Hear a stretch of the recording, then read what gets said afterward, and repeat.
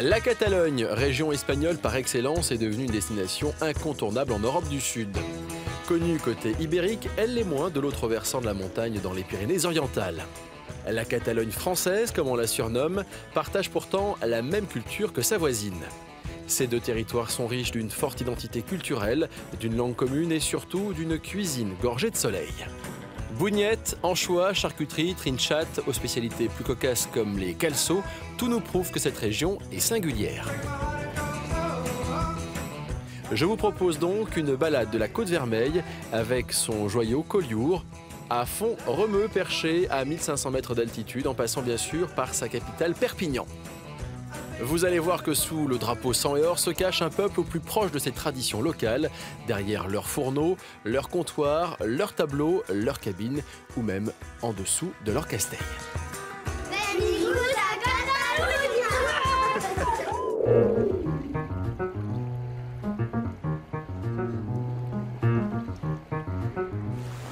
Bonjour à tous, bienvenue dans votre émission à vos régions et surtout bienvenue dans les Pyrénées-Orientales avec ce grand et beau soleil. Alors aujourd'hui, à l'honneur ce pays catalan français avec des recettes du coin.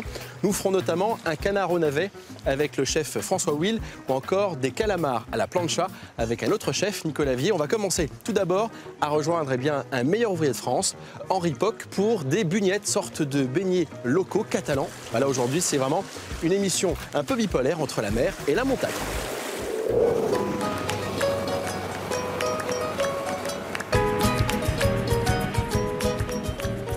D'un village à l'autre, on les appelle bougnettes, bougnols, crespey ou garifes. Celles d'Henri Poc sont devenues incontournables, tout comme sa boulangerie installée dans un ancien couvent. Je le retrouve sur sa terrasse autour d'un petit café. Salut Henri. Comment tu vas? Bonjour, ça va très bien. En forme? Toi, ouais. Bon, on va se dire que les boulangers, ils ont la belle vie. Attends, il fait super beau là. Quand on a travaillé toute la nuit. C'est ça, on se prend le petit café. On prend une petite pause là, matinale, pour reprendre des sucres, oui. Ça, c'est pas des bougnettes du tout, mais ça aussi, ça c'est une spécialité du coin. Oui, ça, ce sont des rouskis. Hein. Alors c'est quoi? C'est une pâte sablée, quoi. C'est un petit peu entre le cake et le sablé. Après, voilà. qu'est-ce que tu mets? Tu mets et après, c'est un glaçage, ouais. C'est un glaçage. Je goûte, hein. Oui, oui. Voilà. Et c'est parfumé à l'anis et citron. Voilà. Voilà. Et celles-là, elles sont faites avec une variété de blé ancienne de la région, qui s'appelle le barbu du Roussien. C'est ce qui fait la couleur? Ouais. Et au niveau du goût, c'est super. Ouais. Hein. Voilà. Bon, Henri. Ouais.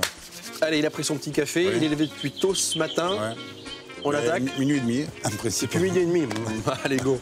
On y va. On descend. Ouais.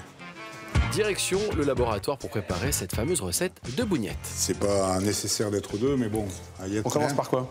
Donc la farine, bon, donc je vais peser. Voilà, on va faire une recette pour une vingtaine de bougnettes, hein, 500 grammes de farine, ça donne à peu près une vingtaine de bougnettes.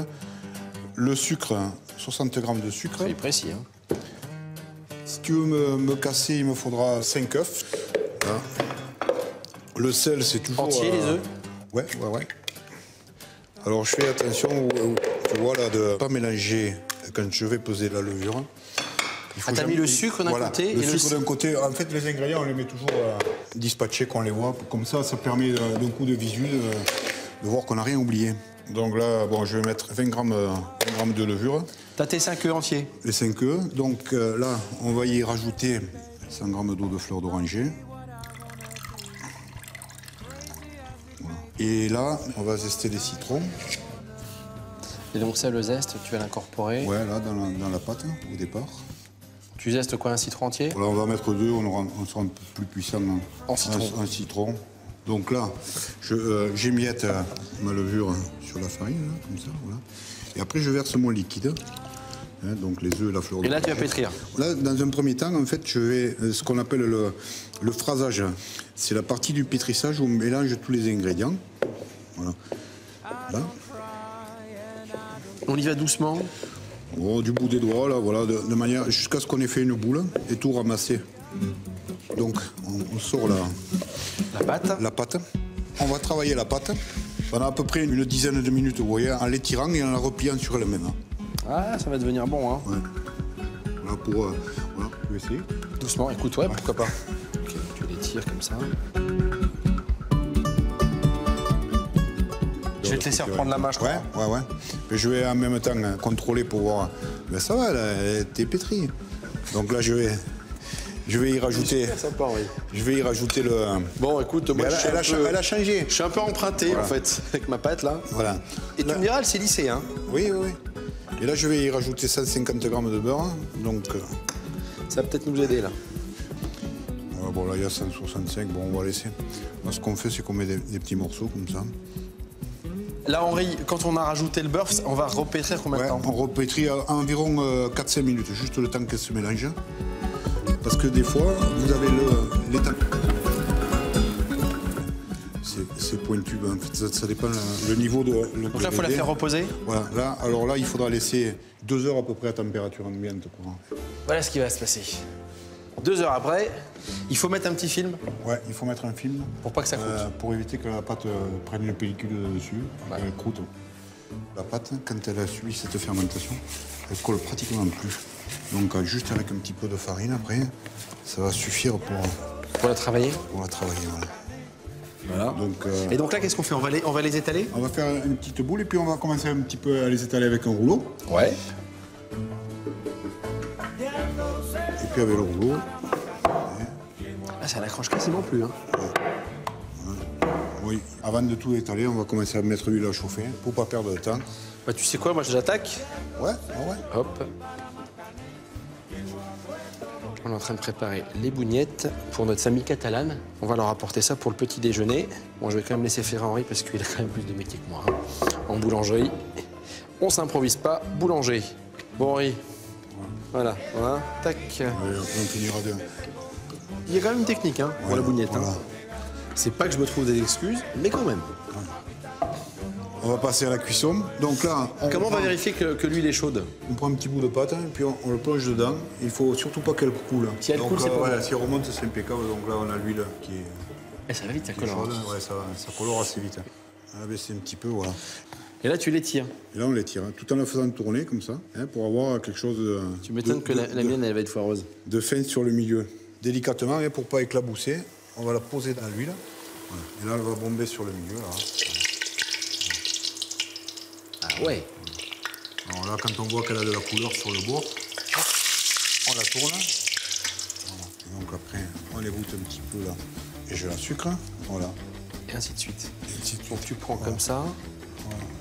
Tu l'étires. Fais tourner, ouais, voilà, comme ça. J'y vais là, je mets dans l'huile. Dans l'huile, ouais.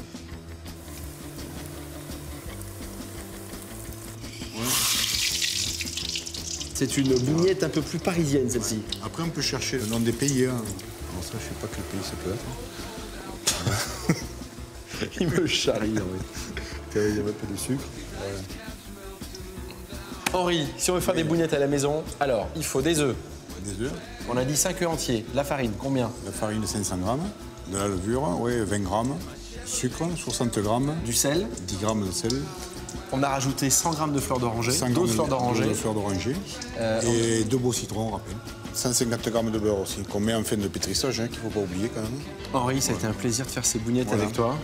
Tu avais un peu un boulet hein, ce matin, c'était moi. Je ne l'ai pas aidé beaucoup. Ouais. Donc moi, j'emporte ça pour la famille qui m'attend. Salut Henri, moi j'y vais parce qu'il faut aller les nourrir maintenant. Hein. Ciao Henri, bye bye.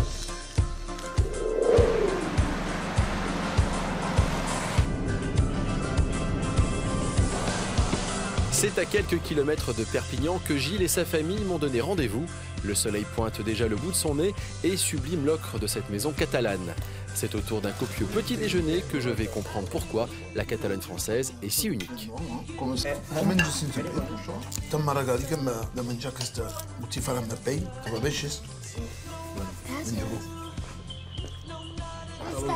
Bonne santé.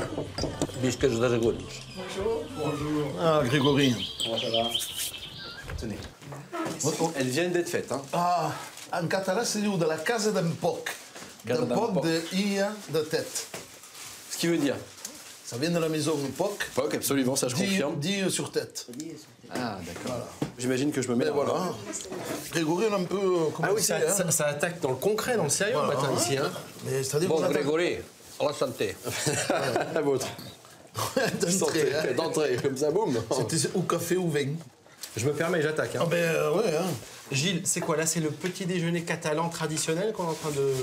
Alors, c'est un petit déjeuner traditionnel, mais comme qui avant. se veut, ouais, voilà, comme avant. Un peu exceptionnel, parce qu'aujourd'hui, les rythmes de travail ne nous permettent pas de tous les matins déjeuner avec ça. Parce que, je veux dire, le profil que j'ai serait tout va très bien. serait plus développé. Donc, voilà. Les bougnettes. Alors, On paraît qu'on est un petit peu en avance dans la saison. C'est ce que m'a dit notre ami boulanger. C'est plutôt pour Pâques. Hein. exactement. Voilà. Mais bon, c'est quand même bon. Hein. Enfin, quand c'est bon, c'est toujours, c'est toujours le bon moment. Hein. On l'attaque alors. Dans les familles catalanes, enfin, hein, je sais pas, papy va le confirmer, mais nous on avait des bougnettes pour un mois. Et plus un peu asséchées, ces petites bougnettes-là. Meilleur c'était. Oh là là, ça c'est vraiment. Mais on sent une identité catalane qui est très forte. Ici, dans toutes les régions de France, on a des identités qui sont marquées. Mais ici, en pays catalan, on sent vraiment que ça transpire. Hein. Ce qui fait qu'il y a cette forte identité catalane, c'est parce que de l'autre côté de la frontière, hein, elle est à 30 km ici, hein, on passe les Alberts, on se retrouve toujours en pays catalan. Mais espagnol. Espagnol. Et pour vous, c'est... Mais pour nous, c'est la même chose. C'est la même chose. C'est la même chose. C'est la même chose. Alors après, bon, au niveau des langues, mon petit-fils qui est là, un jour m'a dit, alors je vais le dire en catalan et je vais le traduire. Papi, tu parles le catalan del Rosselló, je parle le catalan de Barcelone. Ça veut dire, papi, tu parles le catalan du Roussillon, alors que moi, je parle le catalan de Barcelone. Ça veut dire que lui... À l'école, il va dans une école catalane. Hein. Ouais, à la Bressola. Donc, immergé totalement. C'est la nouvelle génération qui va faire le renouveau du catalan français. Là, il y a 3 générations. Et mon beau-père, lui, le parle de façon spontanée avec ma belle-mère, donc son épouse. Par contre, quand il parle à ses filles... En français. On grandit en catalan. Ah oui, alors, quand je le demande, quand j'étais petite, je Quand ça allait tomber, ça tombait en catalan. En catalan, oui. Mais- C'est plus... Gros mot catalan. C'est plus percutable. C'est ça le père. Mais- C'est comme le rugby à 13. Oui, pareil. Exactement. Cette âme catalane, c'est aussi la cuisine, beaucoup. Hein. Mesdames, je laisse vous exprimer. Gilles, la mesdames, je vous laisse. Alors là, vraiment, La oui. cuisinière. Hein. Mais tu serais énormément surpris De la disposition. de la disposition de la table. Mais instinctivement. C'est quoi, les personne ne femmes me d'un dit- côté, les hommes de l'autre? Voilà. Ah, je dû me tromper de côté, moi, quand même. Les femmes prennent une moitié de table, les hommes prennent... Parce que d'un côté, les hommes parlent rugby, vin et tout, et nous, on se parle des dernières recettes de la boule de picoulade, quand c'est qu'on va faire les bougnettes. Gilles, bien ou pas? Pas bien, excellent. On se goûte ces bougnettes ou pas? Parce que nous, on a quand même bossé ce matin. Hein. Tiens. Hop, moi, je fais passer à ma voisine. Pascal, On par n'a contre... pas de la nisette. Hein. Ah oui, non, parce mais que- si on pouvait avoir... De l'anisette. Quelques tout baillon, tout bailloun. Tout baillon, c'est quoi? C'est des petites serviettes. Ouais, parce que... Ah, ça y est, on va le faire parler catalan. Il va comprendre, il va comprendre. Il y a l'heure de l'école à sonner. Bah si, il faut y aller. Il canana, tu arriveras à des... Parce qu'il est sur les bougnettes comme ça, mais on est déjà un petit peu à la bourre. Bon, merci pour Allez. tout. Avec plaisir. À bientôt. Allez, ouais. Tu nous y laisses là-bas? Oui, je vous y emmène, moi. Ok. Allez, on y va. Allez, ciao, au revoir. Allez.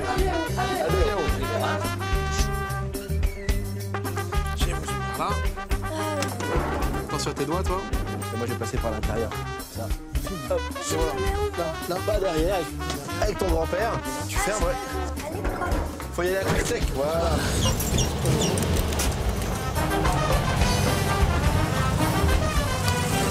Bon, Clément, c'est quand même la classe, non?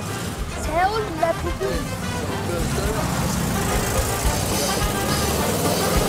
Allez, c'est parti.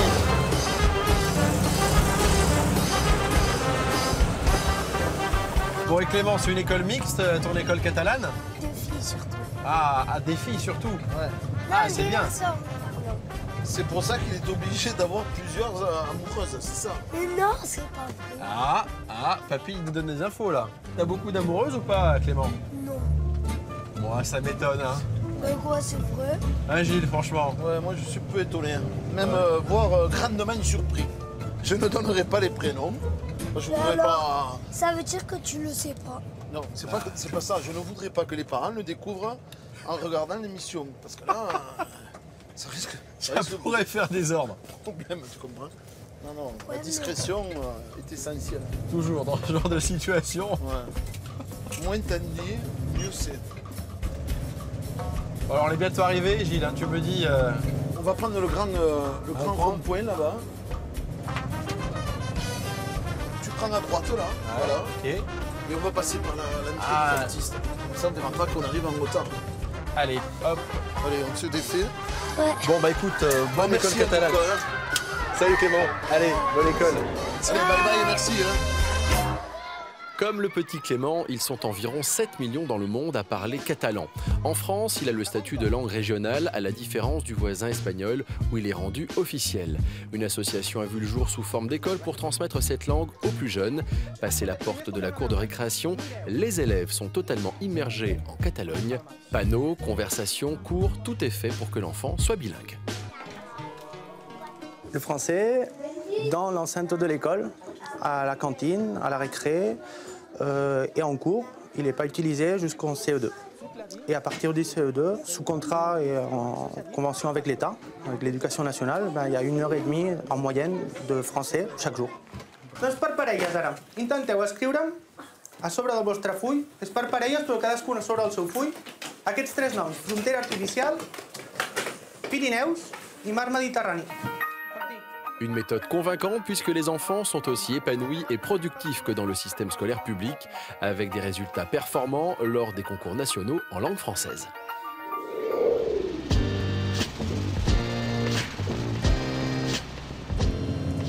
Alors vous venez de le voir, la culture catalane, c'est bien sûr la langue, très importante ici en pays catalan, également la cuisine, mais pas seulement, il y a également des manifestations un peu sportives, notamment les castells. On va s'y essayer, alors il faut un minimum d'entraînement et on va rejoindre l'homme de la situation, un certain Gilles, et vous allez voir, c'est très impressionnant.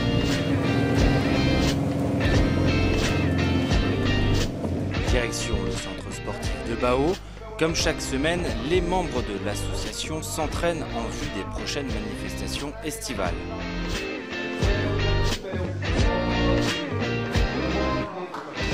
Comment tu vas? Ça va. Je me mets à l'aise. Ah ben oui, hein. Allez, on s'installe. Hein. On s'installe, c'est ça, c'est l'immersion directe. Faut pas perdre de temps. Hein. Qu'est-ce que tu vas mettre? La ceinture que tu as autour de la taille? On appelle ça une fâche, hein. Donc très important pour en fait soutenir tout le dos. Ouais, parce qu'il y a de la charge. Hein. Ah, il y a du poids. Voilà, donc là, tu vas le sentir. Vas-y. Alors tu recules. Hein. Ouais. Allez, tu tournes et tu tires. Il faut que ça soit bien tendu. Vas-y. Tu la montes un peu la fâche. Voilà. C'est bien, ça fait une gaine en fait. Hop. Et là, allez, d'entrée. D'entrée, comme ça, à froid. Je fais quoi moi? Tu te mets à la pied, donc non. Tu prends les bras, ouais. Tu te colles. D'accord. Et le but du jeu, là, c'est de faire pression pour pas que ça bouge. J'ai compris. Et là, tu bouges. Hyper impressionnant. Esteve, pot centrar una mica? Franchement, j'aimerais pas être en haut. Je préfère être Esteve, aixeca colzes. I entra una mica. Esteve, treballa. Aixeca colzes. Laura. C'est hyper impressionnant, bravo. Hein. Oui, Gilles, dis-moi. Bon alors, ça s'appelle les castells. Bon, moi, je parle pas le catalan, mais ça fait penser à château, quoi. Ouais, c'est exactement ça. Les castells, c'est des châteaux. Ça peut monter jusqu'à quelle hauteur de... Les castells les plus hauts, c'est des castells de 10 étages. Tu te retrouves entre 400 et 500 personnes. Pourquoi on a pensé à faire ça ici en pays catalan? Au Xe siècle, ouais. En Catalogne Sud, il y avait beaucoup de fêtes religieuses. Et dans ces fêtes religieuses, il y en avait une qui était très importante, c'était la fête de Valls. Et donc à Valls, il y avait des processions. Donc des processions en l'honneur de la Vierge. Exactement. Dans cette procession, tu avais des balles. Donc il y avait un bail qu'on appelait le bail de Valenciennes. À pas confondre avec un bal, hein. Un bail, c'est quoi un bail? C'est une danse en fait. Ah d'accord. Et donc dans ce bail de Valenciennes... Bailar, oui. Exactement. Danser. Comme ça, on... Ou baillar en catalan. Ou baillar en catalan. Et donc à la fin de ce bail, dans la procession, il y avait des tours humaines qui étaient faites en l'honneur en fait de la Mère de Dieu. D'accord. Et donc après, qu'est-ce qu'on s'est dit? Eh bien, pour honorer Marie, on va faire des tours de plus en plus hautes. Et ce qui est sympa, c'est que c'est très transgénérationnel. Ça, c'est génial. Ah, complètement. On voit qu'il y a les grands-pères, il y a les petits-enfants. Ça permet aussi d'échanger. C'est une activité familiale, hein, ouais. Mais dans les castells, il y a un phénomène social qu'on ne peut pas nier, c'est que c'est vraiment une école de la vie. Tu rentres dans un groupe, dans un collectif, c'est l'effort individuel pour le bien collectif. Pour le collectif. Exactement. Ça t'apprend ça. Et chacun a sa place. Et tout le monde est accepté au castell. 1, 2, 3. Preparați? Après, ce qu'il faudra que tu fasses, c'est que tu ailles t'entraîner avec Hervé. Il va te faire reporter un peu pour que tu commences à prendre l'habitude. D'accord. Et puis après, tu mettras sur un castell.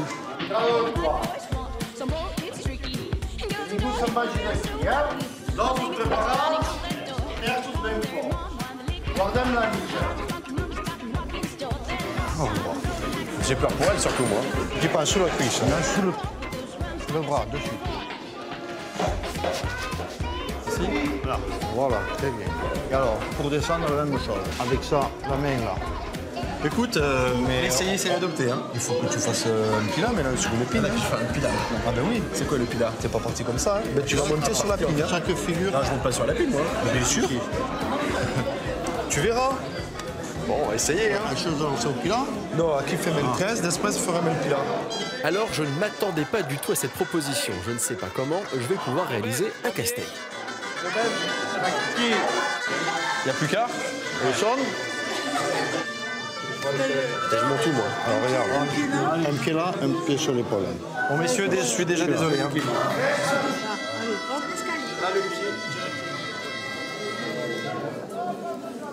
Et je reste sur quelle épaule, là, maintenant? Je suis désolé, hein. Mon prénom, vous vous appelez comment? Santi, enchanté. Putain, moi, j'ai pas le vertige, mais je vais le donner. Ouais, on est bien maintenu, là. Les épaules, là. Voilà. Là, impeccable. Là, tu bouges tout. Là, on remoule. Non, non. Allez. Un genoll, la mal cap, un peu, et l'altro peu. Molt bien. Attends. Tranquille. Je passe là. Greg, gira. Gira. Tourne. Respire. C'est surtout pour elle que j'ai peur, moi, là-haut. Molt bien. Ara la baixada. Donne-lui la main. Mal cap. El genoll. Leva la fascia. Et ara la baixada. Attends, faut redescendre. À droite. Dans les bras. Allez. Merci.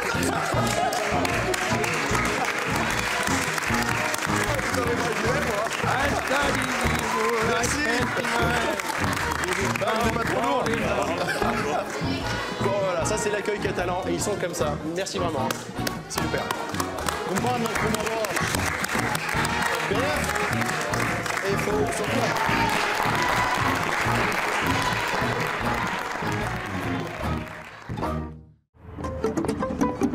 Je vous fais découvrir maintenant Perpignan. Un temps capitale du royaume de Majorque, cette ville est française depuis 3 siècles seulement. Elle a connu un engouement populaire et des bâtiments de prestige tels que le Palais Royal, résidence des rois de Majorque, la cathédrale Saint-Jean-Baptiste ou encore le cinéma castillet. Au détour des ruelles et des étals, la rue Paratilla. Elle ne doit pas faire plus de 20 mètres de long et pourtant, dans cette toute petite artère se concentrent des commerces de bouche et un bistrot tenu par sa figure emblématique, Henri. Ouais, Ça va bien? Oh, salut Greg. Ça va, Henri? Bienvenue. Enchanté. Ici, primeurs et poissonniers se côtoient. Les 2 dernières épiceries, on les trouve rue Paratilla. Les 2 dernières poissonneries du centre-ville sont ici aussi. Et donc, c'est ici qu'on vient. C'est une petite rue, mais tout est concentré. Oui, c'est l'endroit où on trouve... Ça, c'est magnifique, hein. Quand on arrive, on a envie de tout goûter, tout acheter. Tous ces produits de la Méditerranée, tu vois, les fruits secs, les olives, les épices. La morue salée il faut faire des salés. Ça, chez les Catalans, on en mange beaucoup de la morue? C'est un plat qui est traditionnel. Il y a, comme disent les Portugais, il y a 365 recettes. Voilà. Hein, tu fais ton marché. Tu venais chercher quoi, Henri, là? Alors moi, j'ai juste pris quelques olives noires pour piquer à l'apéro. Un apéro auquel Henri me convie. L'occasion également de me faire découvrir sa grande spécialité, le trinchat, un plat à base de choux, pommes de terre et ventrèche. Là, tu as Sébastien qui tient l'étal de fruits et légumes. Le département est quand même, c'est un pays de cocagne. Ici, on trouve Vous avez tout ce qu'il de faut, tout. Des artichauts dans la plaine, les choux verts et les pommes de terre de Matemal de la Cerdagne qui vont servir à la préparation du trinchat. Et voilà, et là ce qu'on va faire pour une petite entrée sympa, asperges sauvages, là. les asperges sauvages en omelette. On trouve ça Les peties bottes comme ça. janvier, février. Jusqu'à Pâques, on a ça. Tu trouves ça au bord des chemins, dans les... Ça, c'est un goût incomparable. Le restaurant est à 50 mètres, même pas, 20 mètres. Bon, allez, on va partir en cuisine. Merci. Bonne journée, messieurs. Également. Bon appétit. Messieurs, bonjour. Bonjour. Ils n'ont pas perdu le nord pendant ce temps-là. Hein. Alors on va faire une petite omelette aux asperges. Alors Henri, ce qui est assez marrant, c'est que ton restaurant est inversement proportionnel au patron. Voilà, c'est le patron, il est costaud et c'est un petit bouclard, comme on dit. Hein. Ouais, moi, je vais me mettre de ce côté-là, moi. Je sais pas où me caser, moi. Alors j'ai mis un petit mélange, donc huile d'olive, huile neutre. Je vais faire revenir les points d'asperges. Je sais pas combien on peut accueillir de monde ici. Alors ici, il y a 10 places. Oui, mais il y en a 10 derrière. Ah bonjour madame, alors voilà mon épouse. Bonjour madame. Est-ce qu'on peut manger? Ah oui, mais il faut pas être Écoutez, pressé je pense que aujourd'hui, c'est hein. possible. La tarte au citron meringué, c'est la spécialité de madame. Elle est où? Alors ça, on aime beaucoup. Tarte au citron meringué, mais j'ai l'oreille qui a fait ça. Ah oui, mais il y en a pas aujourd'hui, je travaille. Alors, Henri, ici, ça se passe comment en fait? Il n'y a pas de menu. Il n'y a pas de menu. C'est en fonction de l'humeur du chef. C'est ce qu'on appelle vraiment la cuisine du marché. Aujourd'hui, on va faire le trinchat. C'est un plat d'hiver. Bon, ils ont vraiment la dalle derrière. Hein. Eh ben oui, attends, là, tu sais, on travaille. C'est de l'artisanat. Hein. Allez. Bon, je vais couper le pain, moi. Hein. On a une assiette pour le pain, Henri, là, quelque chose? Il y a des corbeilles, monsieur. Ah, des corbeilles. Il y a des corbeilles à pain, monsieur. S'il vous plaît. Allez, c'est l'omelette, allez-y, hein, attaquez. Je vais un petit rosé. Bien Christine. Tiens. Pour le trinchat, en 2 mots, comment ça se prépare? On va écraser le chou et les pommes de terre. On va faire donc une grosse purée. Tiens, je vais la goûter aussi, moi. Ouais, tu as raison. Ah, un petit bout de pain. Voilà. D'accord, c'est sympathique, mais c'est excellent. Henri, ton écrasé de choux pommes de terre, ça laisse demander s'il y a plus de crème que de légumes. Non. Donnez-moi le petit embouchon. C'est un savant équilibre. En fait, j'ai eu du bol en étant dernier. J'en ai eu plus que vous. Ouais, c'est ça. Désolé. Hein. C'est dingue quand même. Hein. Aujourd'hui, c'est pas dégustation, hein, vous payez comme vous êtes paye, hein. Vous faites pas de la figuration. C'est des vrais clients. Alors donne-nous. Tiens, les vrais clients. Faut retourner ça ou pas? Tu peux le faire? Je peux le faire. On va mettre un peu de sel, un peu de poivre, monsieur. Enfin, c'est pas le On va mettre un peu de crème fraîche. Ici, ça rigole pas. Faut pas trop salé, c'est pas bon. Hein. Le soleil qu'il y a dehors. On pose la rouste sur le trinchat. Ben, on va manger des bonnes choses là. Merci pour cet accueil. Merci à tous. Hein. Des clients comme ça, franchement, faudrait même pas leur faire payer. Tous les jours, ne dis pas de bêtises, ne dis pas de bêtises. Ah bah oui, attends. Si on peut rendre service. Henri, merci. Henri et ses acolytes termineront le repas dans la bonne humeur. Quant à moi, je vous invite à découvrir la deuxième facette des Pyrénées-Orientales. Bon allez, nous on part de Perpignan, direction Font-Romeu, on va à la montagne. On y va. Pour se rendre en Cerdagne, 2 moyens de locomotion, mon combi ou le train. Mais avec les chutes de neige annoncées, je préfère laisser mon véhicule à Villefranche de Conflans, gare de départ pour le train jaune, la fierté de tout un département.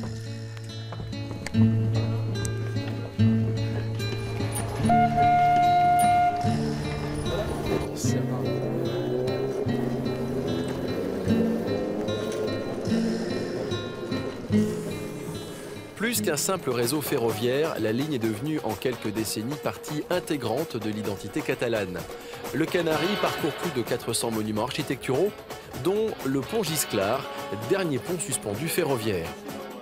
Et s'arrête en gare de Beaucaire, la plus haute de France, avec 1592 mètres d'altitude. Alors nous, on est à bord bien sûr de ce train jaune. On va rejoindre le chef François Will. Le restaurant s'appelle La Chaumière. Il est à Font-Romeu. Alors Font-Romeu, c'est une ville qui est extrêmement connue pour son centre national d'entraînement d'altitude. Alors pour la petite histoire, ça a été fait en 68 à l'occasion des JO de Mexico pour l'entraînement des athlètes français. Et aujourd'hui, vous avez des athlètes de toutes les catégories et disciplines confondues qui viennent s'entraîner là-haut parce que vous avez des conditions atmosphériques et climatiques absolument exceptionnelles et aussi un grand chef qu'on s'apprête à rejoindre.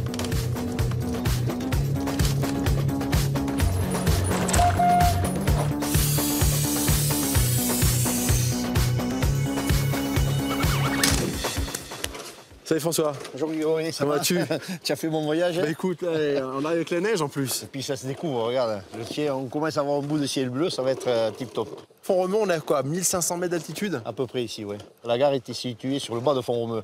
Après Font-Romeu, le village est à 1800 et puis après on monte sur les pistes jusqu'à 2300. D'accord. Voilà. Bon bah écoute, pour chercher les navets, ça va pas être un peu compliqué là, il va falloir qu'on aille déterrer la glace. Non, on les a cueillis déjà cet automne.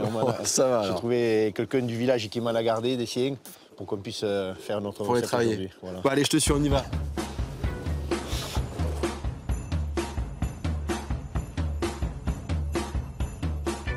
Direction le centre de Font-Romeu chez Daniel, son ami maraîcher.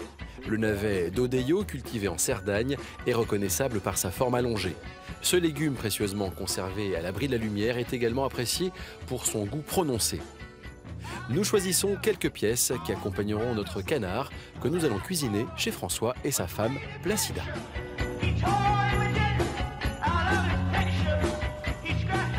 Bon, François, là c'est un plat vraiment des familles. C'est le plat de famille, c'est vraiment le plat de Font-Romeu. Ok, bah écoute, on attaque. Hein. On va de suite faire frire le canard. Allez, go. Une petite poêle, un peu de saindoux. Ça, c'est assez classique, en fait, la coloration de la viande, quelle que soit le couleur, hein, du canard ou autre chose. Il faut colorer, parce que la coloration, ça apporte du goût. On attaque côté peau. J'ai pas mis trop de graisse parce que le canard va rendre la sienne. Il va rendre la sienne, oui, tout à fait. Donc, marquage côté peau. Voilà. On va laisser tranquillement dorer. On a la petite pince Monseigneur, c'est pas mal, ça, on dirait pince de chirurgien.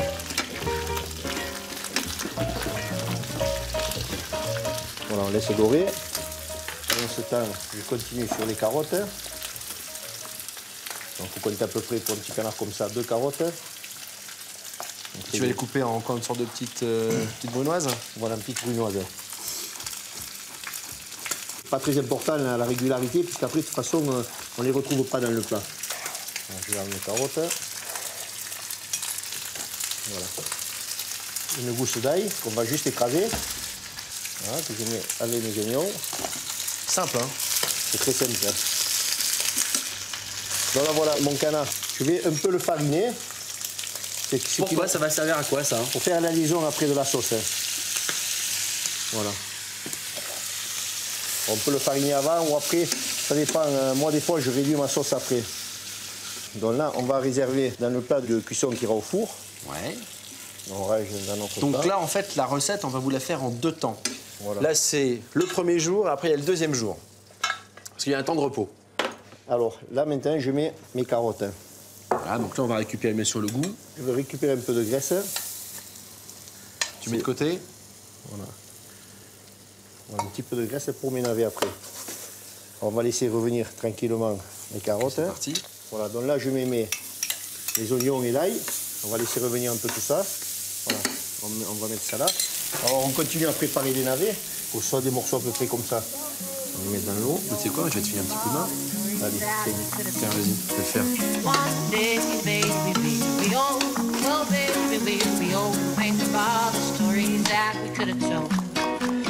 Donc ça, c'est revenu un peu. Maintenant, j'y verse mon vin blanc. François, réduction. Ouais. Plus qu'une réduction, c'est laisser évaporer l'alcool. Donc c'est très bien comme ça. On en rajoute le fond de veau. Le fond de veau. Donc là, pareil, tu mets une demi-litre? À la même quantité que le vin, à peu près. Donc là, en gros, on attend. Retour d'ébullition. Et après, on verse sur le canard. Et ça part au four? Au four, 180 degrés, 1 heure. Et le lendemain matin, vous avez le canard qui est un peu figé, mais c'est voulu. Ça, c'est le résultat. Après l'heure de cuisson au four, le repos à température ambiante et la nuit au frigo, voilà. On obtient ça. Tout à l'heure, vous vous souvenez qu'on a gardé un peu de graisse de cuisson du canard, qui est un peu figée. On la remet dans la poêle. Une fois qu'elle a fondu, on met nos navets dedans. L'ingrédient principal, c'est le navet. C'est le navet. Et ça, tu dis que ça va changer complètement le plat? Ah oui. Beaucoup de personnes font blanchir les navets avant, dans l'eau. Ouais. Moi, je trouve dans l'eau chaude? Dans l'eau chaude, ouais, on leur donne un peu de bouillon. Voilà, les ébouillantes. Mais quand on jette l'eau de les ébouillanter, l'eau, elle a pris le parfum du navet. C'est dommage. Moi, le parfum du navet, je laisse dans ma poêle. Est-ce que tu rajoutes du sel pour faire sortir l'eau de végétation? Je sale un petit peu. Et je mets un peu de sucre, par contre. Pourquoi? Le sucre un peu, il caramélise un peu. Ça donne un petit goût sucré dans le plat, ça y va bien avec. Bon, c'est un plat de famille. De famille catalane. C'est nos racines, donc. Quand c'est bon, de toute façon, nous, on adhère complètement. Donc, là, je dégraisse au maximum. Tu vois, dessous, il y a tout le jus qui est resté là. Ça, cette technique-là, c'est valable aussi pour un pot-au-feu. Hein. Tout à fait. Quand vous un pot-au-feu pour le bouillon, notamment le lendemain, quand vous voulez vous faire un bon petit pot-au-feu, et des fois, c'est vrai que c'est un peu gras, vous le passez au frais, vous récupérez la pellicule de gras, et vous avez un bouillon de pot-au-feu qui est dégraissé. Vous ne perdez pas le goût, et pour les artères, c'est meilleur. Hein. Donc moi, ce plat, pour l'instant, je vais le mettre au four légèrement pour qu'il remonte à température, pour qu'on puisse y mettre les navets. Bon, François, on commence à la coloration sur tous les morceaux de navet. Tu vois la coloration, tu vois, c'est... Il n'y a plus beaucoup de jus en dessous. Voilà, c'est ce qu'il faut. Donc là, maintenant, le sucre. Juste un petit peu. Et là, voilà, on va monter un peu le feu. Et là, par contre, on les touille en permanence. Ah, parce que sinon, le sucre risque de trop colorer. C'est vrai qu'on a saupoudré comme ça, mais... allez, rien du tout. Hein. On va dire à Placida nous amener le canard, parce que je commence à fatiguer à force d'aller en cuisine. Bonjour, Placida. Bonjour. Ça va?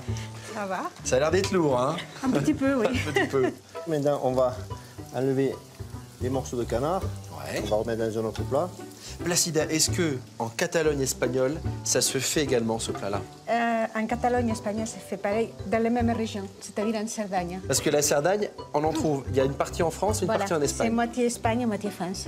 Et vous êtes de la Cerdagne espagnole? D'accord. Voilà. Et donc dans votre village, on fait la même préparation? On fait la même préparation. Avec les petits navets, les mêmes, ceux-là? Pareil. Identiques? Pareil. Ma maman, il faisait les mêmes.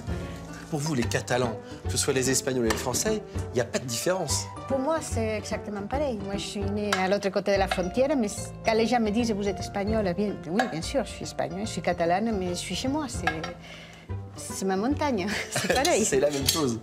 C'est la même chose. Et on va filtrer le... Et François, lui, par contre, sa recette, c'est un train. Ouais, il faut... Ça rigole pas, attention. Nous, on parle de culture, de l'esprit catalan. Alors lui, cuisine, quoi. Il est toujours comme ça? Oui, presque. Aujourd'hui, un peu plus. Donc là, on filtre. Ça, les carottes et tout, on n'en fait plus rien? On pourrait les laisser. Moi, j'aime bien les enlever parce que, voilà, la vedette, c'est le navet. Donc là, c'est repart au four pendant 1 heure de cuisson? Pendant 1 heure de cuisson. Mais la température? 170, 180. Donc ça, c'est le résultat. Le deuxième jour, et après la deuxième cuisson, voilà, la deuxième heure au four. La sauce, qu'elle est bien. Placida, si tu as du vin pour nous, on est prêt. Hein. Allez. Elle a bien nappé, la sauce, si tu veux bien goûter. On voit la différence. Hein. Regardez, là, c'est avant la dernière heure de cuisson, et là, c'est après. Tu sais quoi? Est-ce que je peux me permettre de prendre avec les doigts comme ça un petit navet? Il me fait envie depuis tout à l'heure. En général, c'est toujours Placida qui me donne le feu vert pour servir mon canard au navet. Qu'est-ce que c'est bon? Ouais. On peut servir? À point, François. François, juste, on rappelle nos ingrédients. Canard, toi, pas que de la cuisse de canard, on met tout. Canard entier, ouais. Canard entier. Les navets, il faut venir ici, hein. Cerdagne pour les trouver, les navets. Voilà. Pour la sauce, il nous fallait des oignons, des carottes, de l'ail. On a mis un peu de farine également. Un peu de farine. Saindoux ou graisse de canard. Voilà. Un peu de sucre pour les navets, du vin blanc et du fond de veau. Et il n'y a plus qu'à déguster. Soit on l'amène comme ça, version familiale, soit on peut dresser à l'assiette. Merci Placida. Bah écoutez, c'est réussi. Notre devise, c'est se faire plaisir à faire plaisir. François, merci pour ton accueil. Placida, merci également. Merci beaucoup. Il est temps pour moi de reprendre mon combi et de laisser les Pyrénées derrière moi, afin de rejoindre la Côte Vermeille où m'attend un tout autre paysage.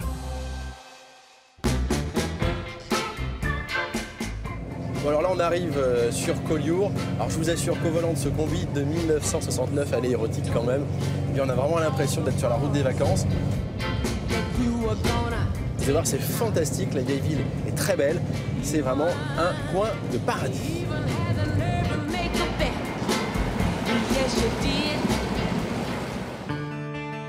Collioure, connu pour son anchois, l'est aussi en cette saison pour l'oursin, pêché sur le Vieux-Port. Je vous propose donc de cuisiner de façon très simple les produits de saison, à savoir l'oursin et les calamars. On est là, tu nous rejoins?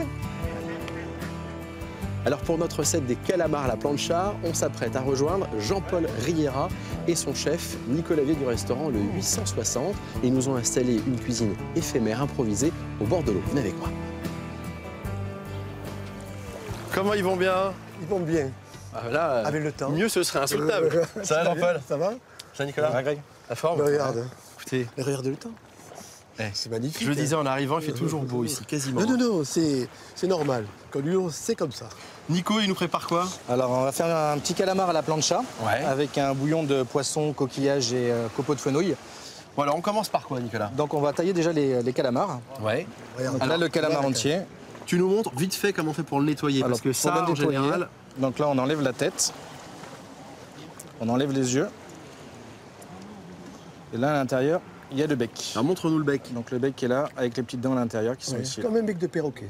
Donc après, on enlève la petite peau qui est tout autour des pattes. Ouais. Donc on frotte. Mais qui est quand même un gage de fraîcheur. Absolument. La petite peau quand vous l'achetez chez le poissonnier.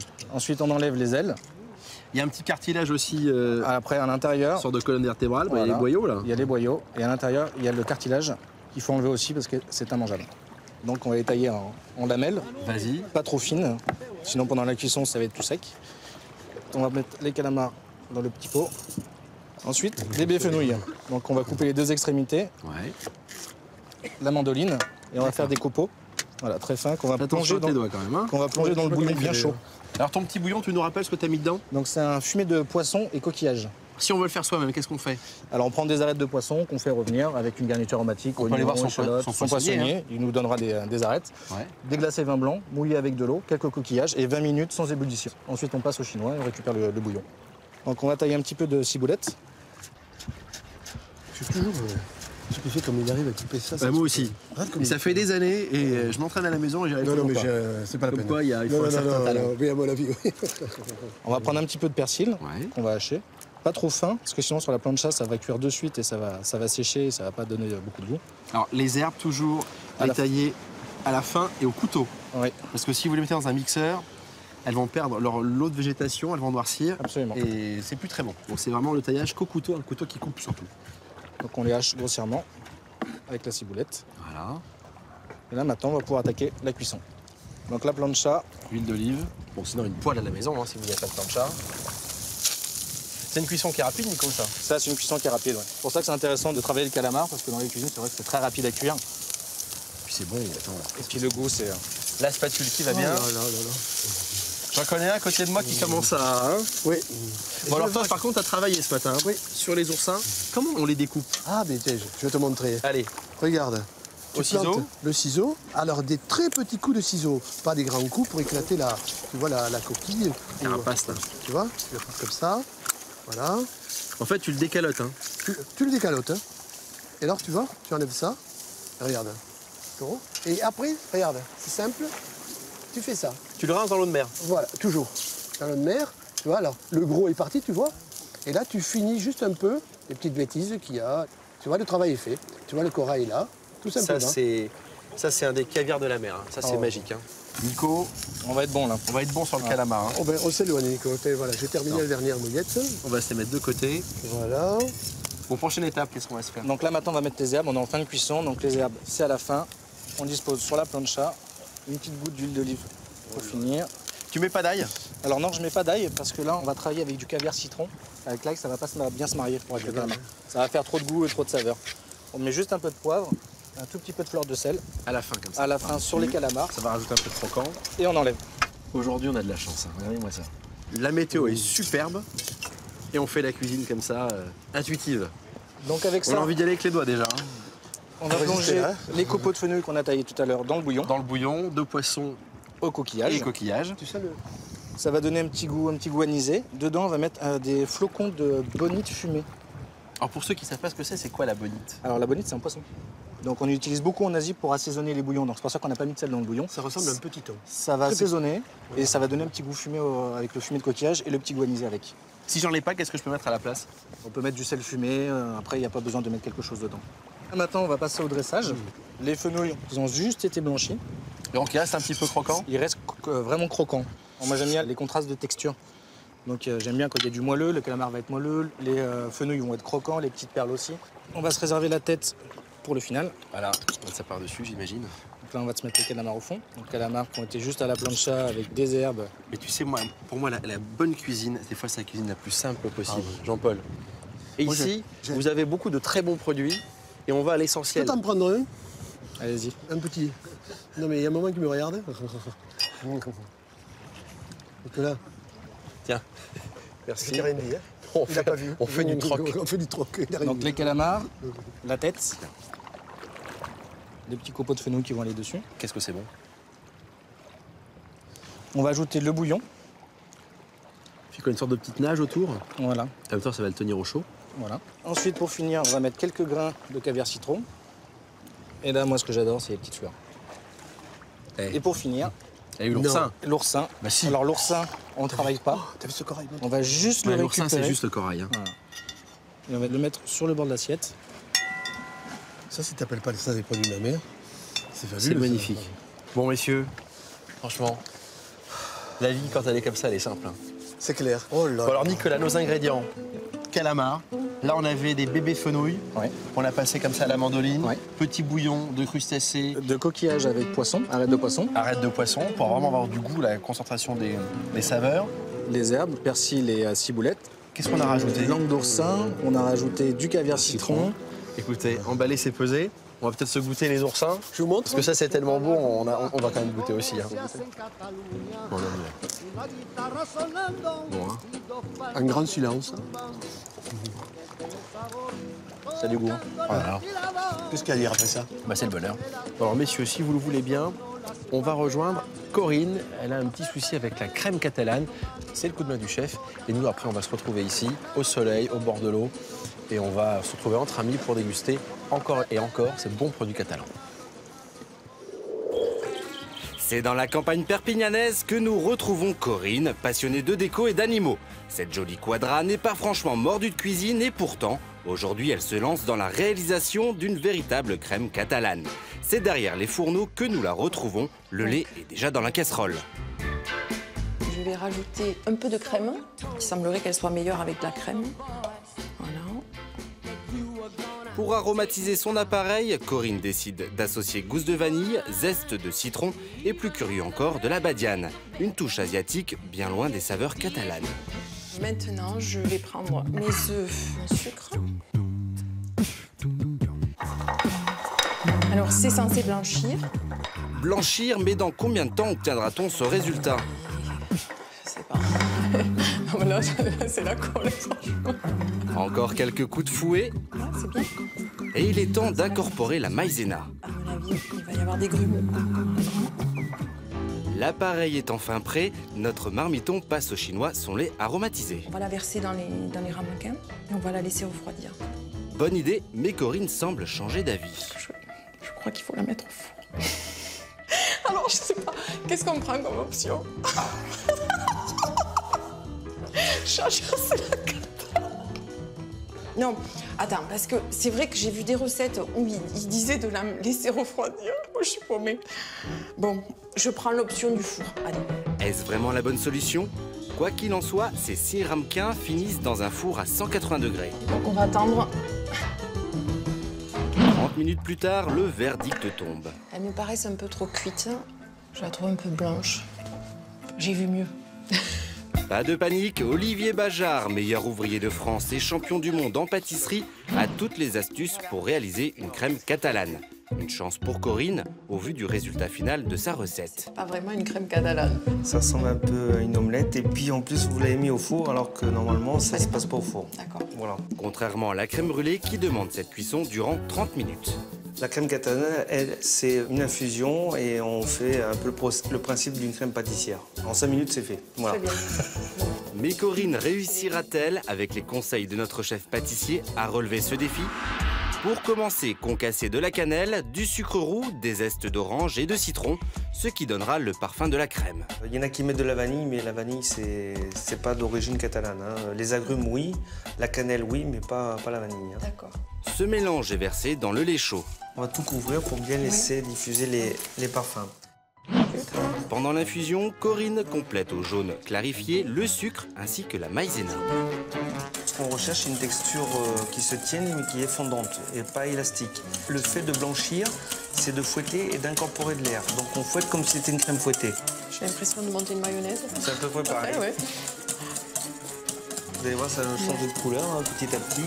Et la texture sera complètement différente. Dans une troisième casserole, notre chef met à chauffer la crème. De son côté, Corinne ajoute le lait d'amande, un savant mélange d'amandes émondées, de sucre et d'eau. L'infusion est désormais prête et ajoutée au mélange.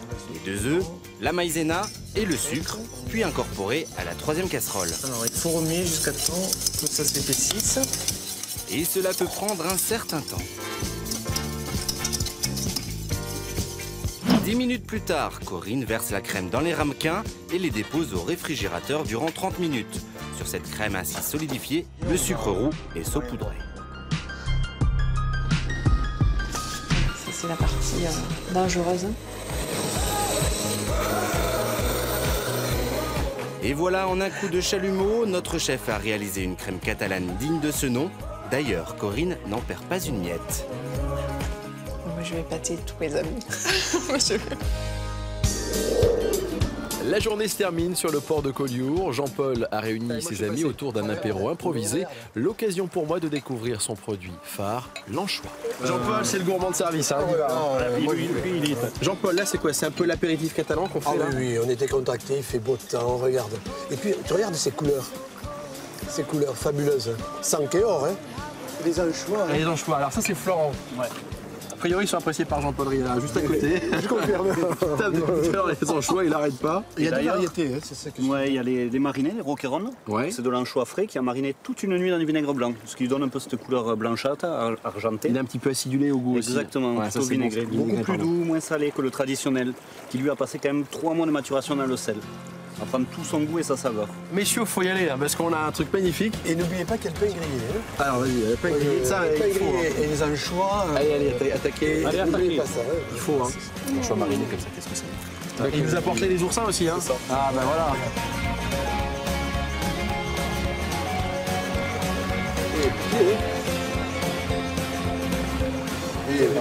Bon, santé, merci pour votre accueil. Et puis voilà, ça se passe comme ça en pays catalan français. Magnifique, vraiment une très belle région et toujours le soleil qui est omniprésent. Et nous on repart très vite pour un prochain épisode d'Avo Région. À très vite, ciao ciao. Santé.